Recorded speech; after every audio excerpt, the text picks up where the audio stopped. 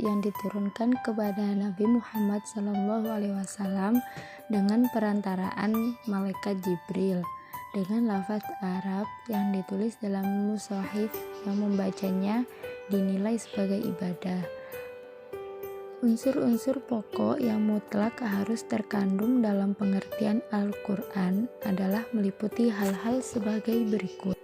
1. Al-Quran merupakan kalam Allah yang memiliki sifat mu'jiz atau melemahkan dan atau mengalahkan lawan-lawannya. 2. Al-Quran merupakan sebuah kitab suci yang khusus hanya diwahyukan kepada Nabi Muhammad SAW. 3. Metode perwahyuan Al-Quran mestilah melalui atau dengan perantaraan Jibril. 4. Al-Quran adalah berbahasa Arab yang lafaz dan tentu juga maknanya berasal langsung dari Allah. 5. Al-Quran merupakan kalamullah atau kalam Allah yang eksistensinya sudah tertuliskan dalam mushaf. 6. Al-Quran merupakan kalamullah yang membacanya sudah dinilai sebagai ibadah. 7. Al-Quran adalah merupakan kalamullah yang kualitas periwayatannya mesti sampai pada derajat mutawir.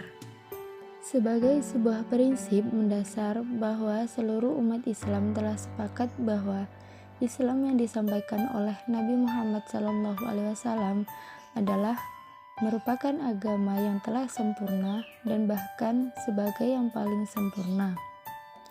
Dengan kata lain, Al-Quran merupakan kitab suci yang di dalamnya sudah dijelaskan sistem perekonomian, politik, sosio-budaya, ilmu pengetahuan, dan seterusnya, sehingga tidak ada satupun yang terlupakan olehnya.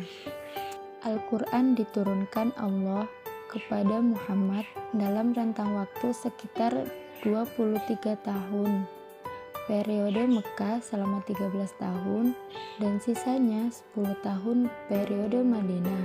Jumlah ayat Al-Quran seluruhnya ada 114 dan disepakati bahwa 86 dari jumlah itu merupakan surat Makkiyah dan 38 merupakan surat Madaniyah.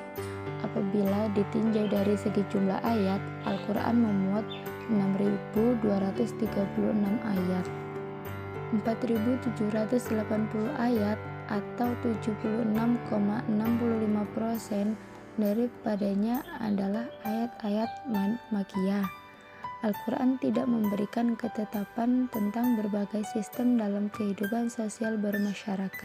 Di dalam Al-Quran belum ditetapkan sistem kenegaraan, sistem perekonomian, sistem keuangan, sistem kehidupan bermasyarakat, perindustrian, pertanian, dan sebagainya yang harus ditegakkan oleh umat Islam. Yang ditetapkan oleh Al-Quran hanya dasar-dasar dan patokan-patokan umum semata. Meski Al-Quran tidak mengandung sistem ekonomi, kenegaraan, keuangan, dan sebagainya, hal ini bukan berarti ekonomi, masyarakat, politik Islam, dan sebagainya tidak terdapat dalam Al-Quran. Semua sistem ini telah ada, hanya saja bukanlah merupakan doktrin absolut yang tidak dapat berubah menurut perkembangan zaman.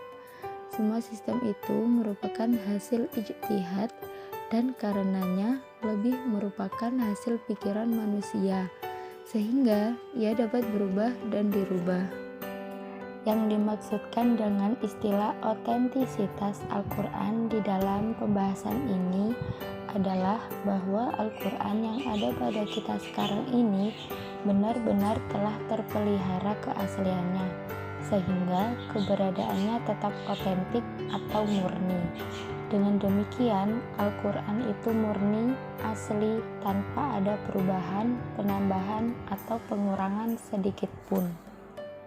Di dalam Al-Quran, surat Al-Hijr ayat 9, Allah menyatakan sendiri jaminan atas keaslian Al-Quran yang berbunyi Bismillahirrahmanirrahim. Inna nahnu nazzalna dzikra wa inna lahu lahafidhun, yang artinya Sesungguhnya kamilah yang menurunkan Al-Quran, dan sesungguhnya kami benar-benar memeliharanya. Quran Surat Al-Hijr ayat 9. Ayat tersebut secara tegas memuat janji Allah Subhanahu wa Ta'ala untuk senantiasa menjaga otentisitas Al-Quran. Pertama, secara kebahasaan, susunan redaksi kalimat semacam ini memiliki faedah makna istimror, yakni secara terus-menerus.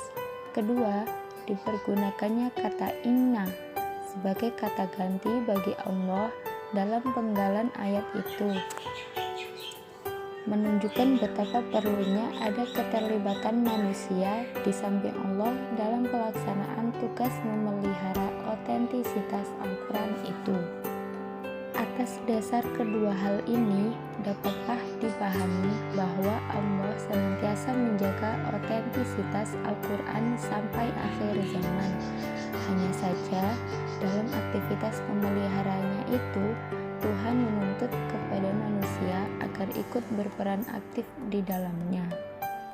Dengan adanya jaminan setegas ini, maka setiap muslim percaya betul dan wajib percaya bahwa apa yang dibaca dan didengarnya sebagai Al-Quran seperti sekarang ini tidak berbeda sedikit pun dengan Al-Quran yang pernah dibaca oleh Rasulullah SAW dan didengar serta dibacanya oleh para sahabat Nabi.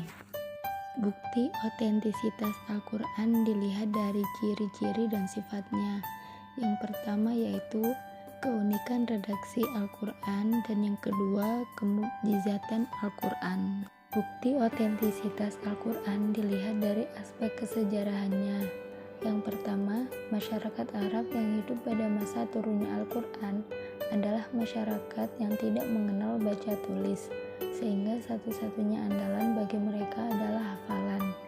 Yang kedua, masyarakat Arab khususnya pada masa turunnya Al-Quran dikenal sebagai masyarakat sederhana dan bersahaja. Yang ketiga, masyarakat Arab sangat gandrung lagi membanggakan kesusastraan. Yang keempat, Al-Quran mencapai tingkat tertinggi dari segi keindahan bahasanya dan sangat mengagumkan, bukan saja bagi orang-orang mukmin, tetapi juga orang-orang kafir. Yang kelima, Al-Quran demikian juga Rasul menganjurkan kepada kaum muslimin untuk memperbanyak membaca dan mempelajari Al-Quran. Yang keenam, ayat-ayat Al-Quran turun dan berdialog dengan mereka, mengomentari keadaan dan peristiwa-peristiwa yang mereka alami, bahkan menjawab pertanyaan-pertanyaan mereka. Yang ketujuh, dalam hal Al-Quran demikian pula hadis-hadis Nabi banyak ditemukan petunjuk-petunjuk yang mendorong para sahabatnya untuk senantiasa bersikap teliti dan hati-hati dalam menyampaikan berita, terutama kalau berita itu merupakan firman Allah atau sabda Rasul-Nya. Bukti otentisitas Al-Quran dilihat dari pengakuan pemikir non-muslim. Banyak pemikir non-muslim yang mengakui secara objektif, jujur, dan ikhlas mengenai otentisitas Al-Quran, seperti yang pertama, Profesor George Saleh, seorang cendekiawan asal Inggris. Yang kedua yaitu Profesor G. Magoliath dalam The Quran dan Islam. Yang ketiga yaitu Dr. Joseph Jas Marders, seorang pemikir Prancis dalam